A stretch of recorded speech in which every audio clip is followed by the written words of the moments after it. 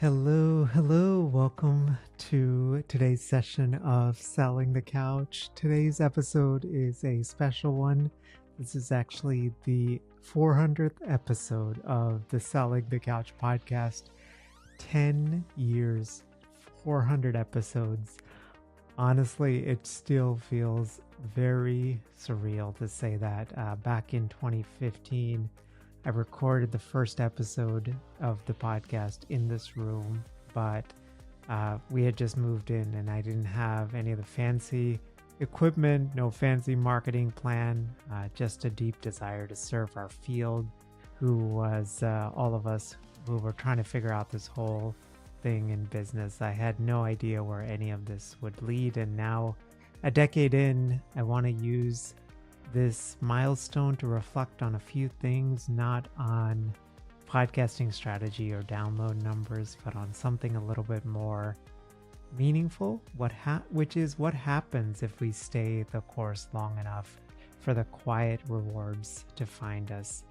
What does it mean to choose depth over scale and to build intentionally and slowly, even when the world often tells us to go fast? What I've learned is that more than anything, it is this. And today I want to share a story, then offer 3 reflections that I hope encourages you, especially if you are in a season of slow growth. And whether you are just starting private practice in the throes of it, I hope that this episode encourages you more than anything. You know, in the early days of STC, I remember feeling behind. Everywhere I looked, people were scaling fast, 0 to 6 figures, sometimes even 7 figures in a year. Big launches, big ads, big energy. Meanwhile, here's little me recording when I was not doing clinical work. I was writing weekly emails in the evenings after therapy sessions. I was reworking a course sales page for our podcasting course in random days. And I remember thinking, am I doing all of this wrong? You know, I had the education, I had the heart, the skills, but I wasn't moving fast. And I wasn't sure if slow would ever be enough. And then one day I got a message from one of our podcasting students, and she said, you know, I am just so grateful that you built this course.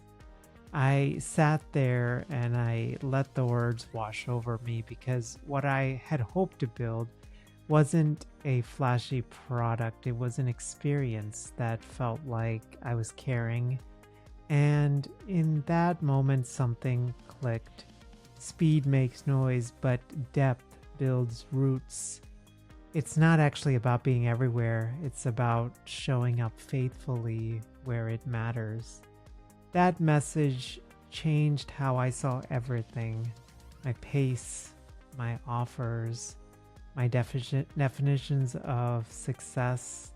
Today, I wanted to just walk you through 3 quiet builder truths for longevity and depth.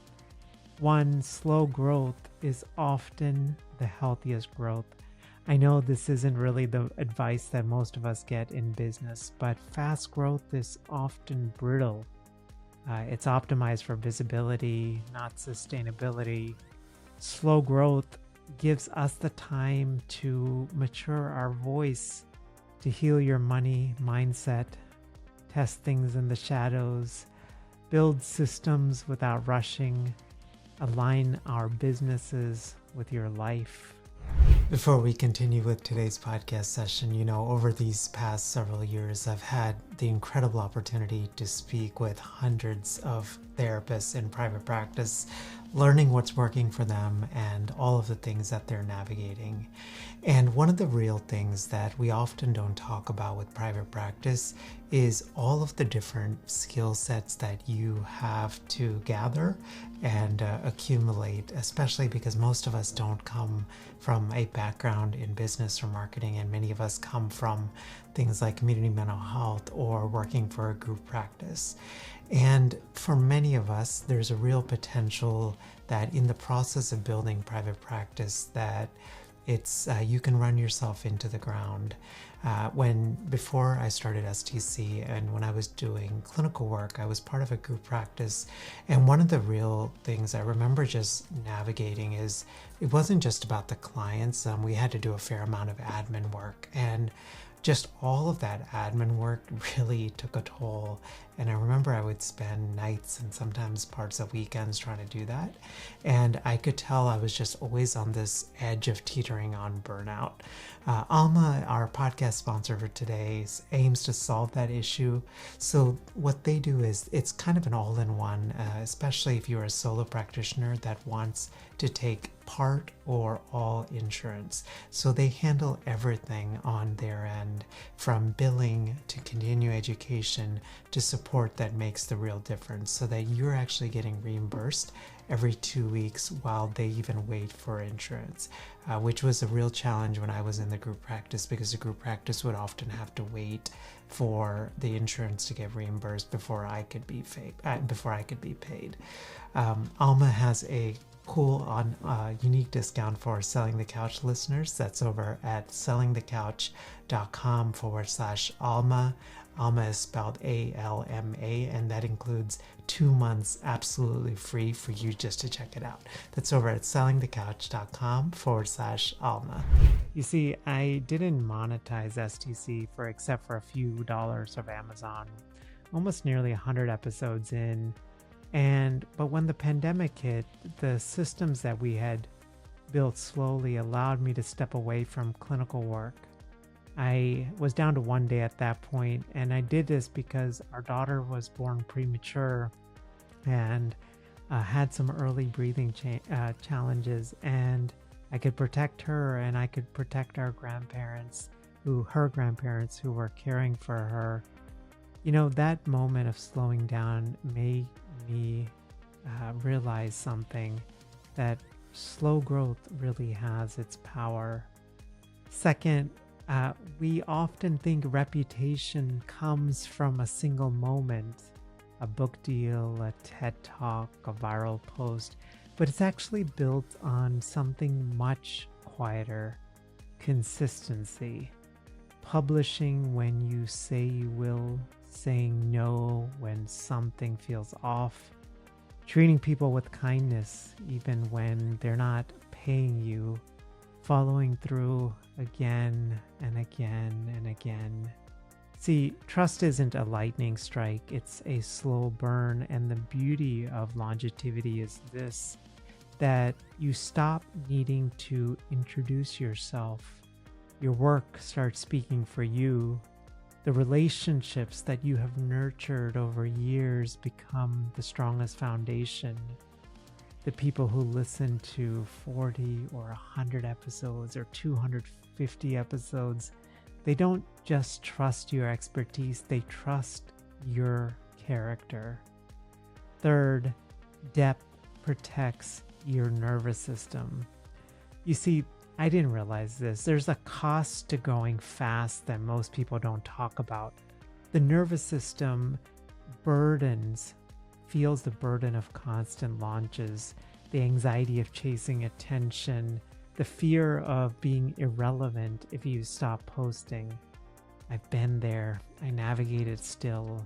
I've lived those seasons. But over these years, I've realized something, that depth is kinder. It lets you build around things like your family rhythms, grief and caregiving, creative seasons, wellness and rest, faith and calling. I now work Monday through Thursday, deep work from Monday from 9 to about 12:30. I hike in around 12:30 to 1:45. I nap before school pickups. Fridays are now days for golf and wellness days, and weekends are for time with family. A business should give you life. It shouldn't drain you. And that's something that I have realized over these many years, because it's a different ball game once you are in, 6, 7, 8, 10 years of a business. If this resonated with you, I've been writing these thoughts in a twice a month letter called Quiet Builder. Each issue, what I wanted to do is it's a calm, reflective idea that helps you build a business that is profitable, peaceful, but one that's built to last. So we talk a lot about things like quiet leadership and asymmetrical products and investing and storytelling and what it means to build a business that supports your soul. If you've been listening to the STC podcast for a while, I definitely encourage you to join the Quiet Builder newsletter. It's literally $97 a year. I would be so honored to work and to walk alongside you in this journey.